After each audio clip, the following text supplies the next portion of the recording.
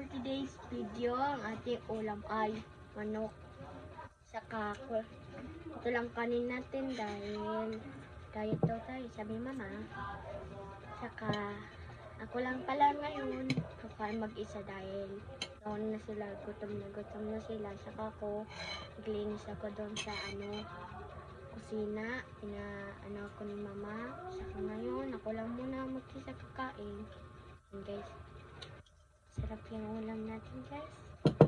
Lapit mo. Si mama naman. Tapos Yung ano pa? yan. Kunin mo. Kato pa. Binalian ko na. balik. Binali na eh. Pagkalila ko, guys, balik na. Ayun, guys. Kaya mag-isa. Kain na muna. Masarap ulam natin. And guys, kain na tayo. Pray muna tayo bago tayo kumain. God is good. God is great. Thank you for the food. Amen. Kain tayo, guys. Guys, sarap to. Paa. Paan. Kain mo na.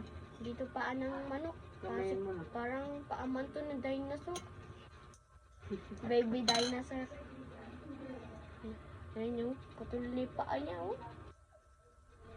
Nasyado sa masarap pa din yung balat niya. Kanin. Kaya guys, sarap din yung kanin pag may sabaw. Kapag natuloy ako, guys.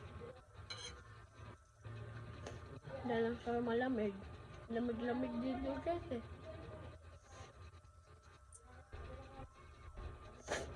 Nilisipon na ako.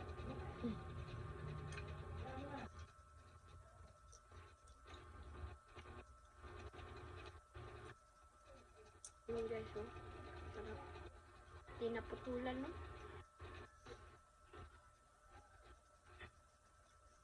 Pinaputulan ng paa.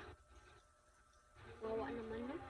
Pinito yung paa niya. Di na makakalakad yung manok. Ay, pinito na. Ay, inadobo na. Kaya ng paa yung manok.